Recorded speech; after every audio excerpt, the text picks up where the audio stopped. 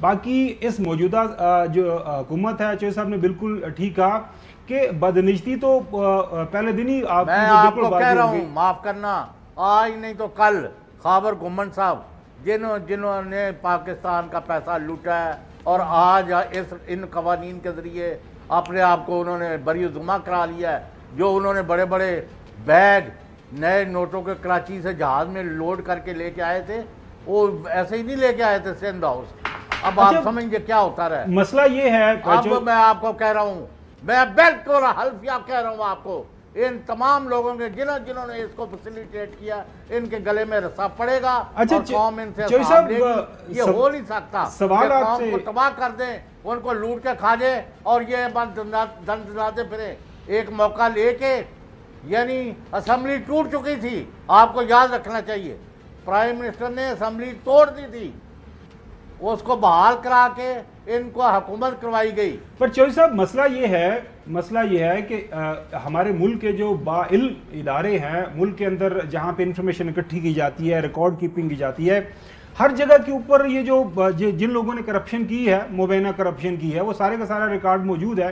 تو پھر کیا وجہ بنی کہ بار بار ہمارے سر کے اوپر یہی ایک جو الیٹ کیپچر ہے وہ سامنے آ جاتا ہے، کبھی کسی شکل میں کبھی کسی شکل میں بتایا جاتا ہے کہ اب یہ کام ٹھیک کریں گے، تو اس کا حل آپ کیسے نکالیں گے؟ کیا ایک نئی ڈیل ہوگی، نیا NRO ہوگا، نیا ایک پلان بنے گا کہ جی آئندہ کی جو حکومت بنے گی وہ اس نظام کے تحت آئے گی، اس ارینجمنٹ کے تحت آئے گی، وہ اپنا ایک نیا احتساب کا قانون لے آئیں گے؟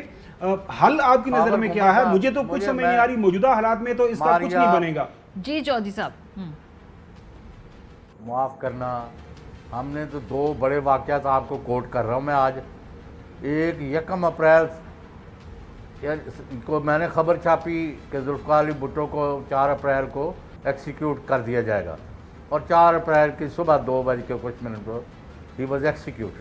اور اس کے بعد جو ان کے ساتھ شریک ملزم تھے، FSF کے ملازم، ان سب کو بھی پھانسی لگا دیا گیا، حالانکہ ان کے ساتھ کئیوں کے ساتھ کہا جاتا ہے کہ بعد، اور اس کے بعد بڑا عرصہ، میں بڑی ذمہ داری سے بات کر رہا ہوں، کوئی سرکاری ملازم کسی کو پینسل بھی لگانے کے لیے تیار نہیں تھا کہ ہم کیوں پھانسی چڑھیں۔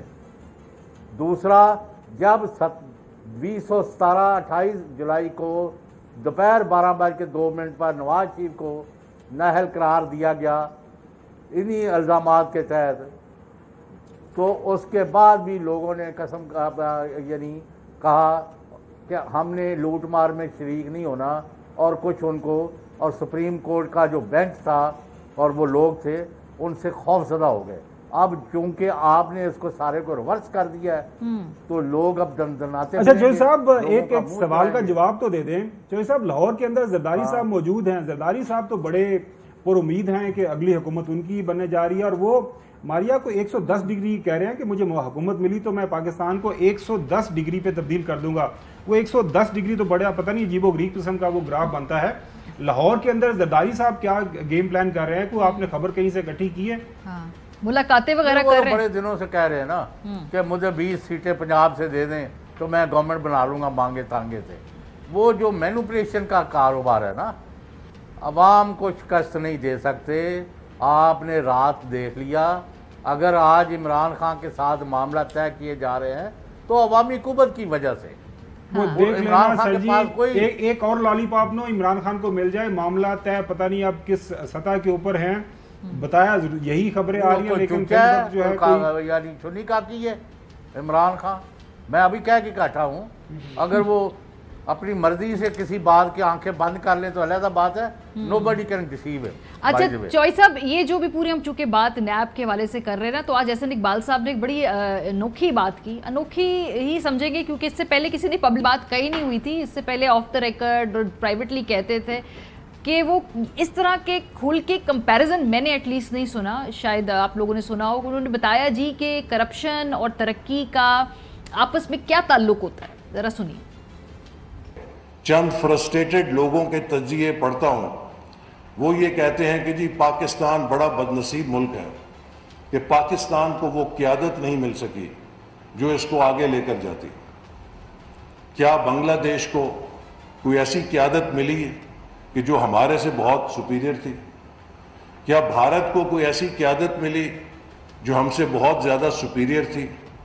اسی بر صغیر کے ہم جیسے ہی لوگ ہیں اور کوئی ان میں زیادہ فرق نہیں ہے. اور میں آپ کو یہ بات بھی دعوے سے کہہ سکتا ہوں کہ میں نے اس بات کا مشاہدہ کیا ہے ان ممالک کو دیکھ کے کہ اگر ان ممالک میں پاکستان سے کرپشن زیادہ نہیں ہے تو کسی بھی لحاظ سے کم بھی نہیں ہے، لیکن اس کے باوجود وہ ہمیں پیچھے چھوڑ گئے ہیں.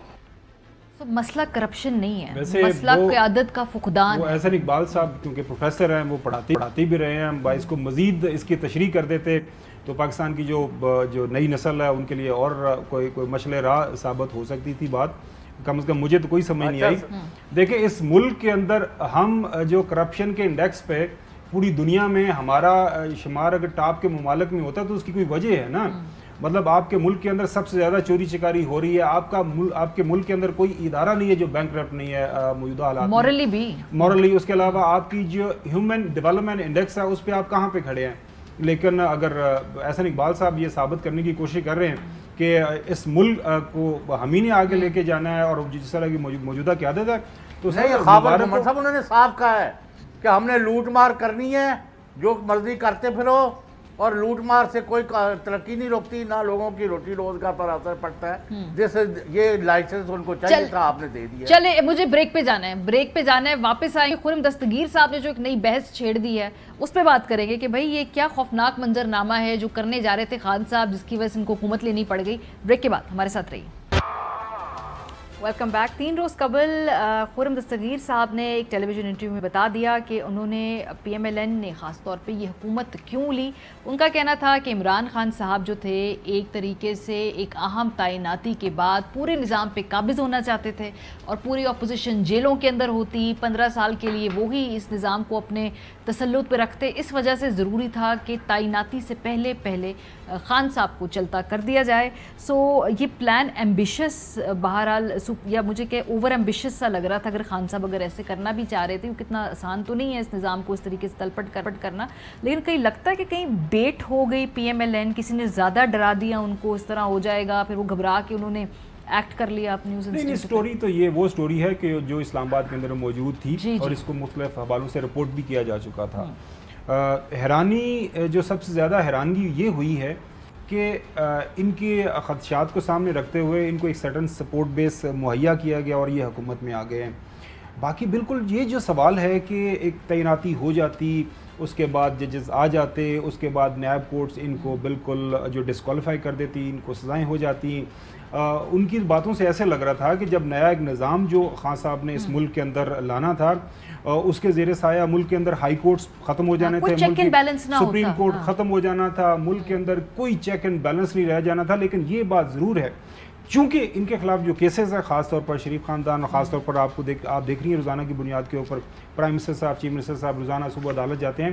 ان کو یہ پتا تھا کہ ان کے خلاف ایویڈنس موجود ہے اور اگر عمران خان کی حکومت رہ جاتی، خاص طور پر وہ جو ایف آئی اے والا کیس ہے اس نے اپنے منطقی جام تک پہنچ جانا تھا. پھر اس کے بعد ظاہر ہے اس کے لیکن اس میں ایک اور چوائس صاحب، کیونکہ خان صاحب تو یہ شکایت کرتے تھے کہ بھائی یہ کیسز اتنی تیزی سے نہیں چلتے. مطلب اگر وہ اتنے پاورفل ہو جاتے یا تھے کہ بھائی یہ کیسز جلدی ایکسپیڈائٹ کرا، ان کا تو گلا رہا ہے اسی بات پہ. تو یہ کہنا جی کہ پھر وہ نظام پہ آ کے غاصب ہو جاتے، صدارتی نظام کی طرف چلے جاتے، 2/3 ہو جاتا، پتہ نہیں یہ جو پورا پلان ہے یہ کتنا اچیویبل لگتا ہے آن پیپر.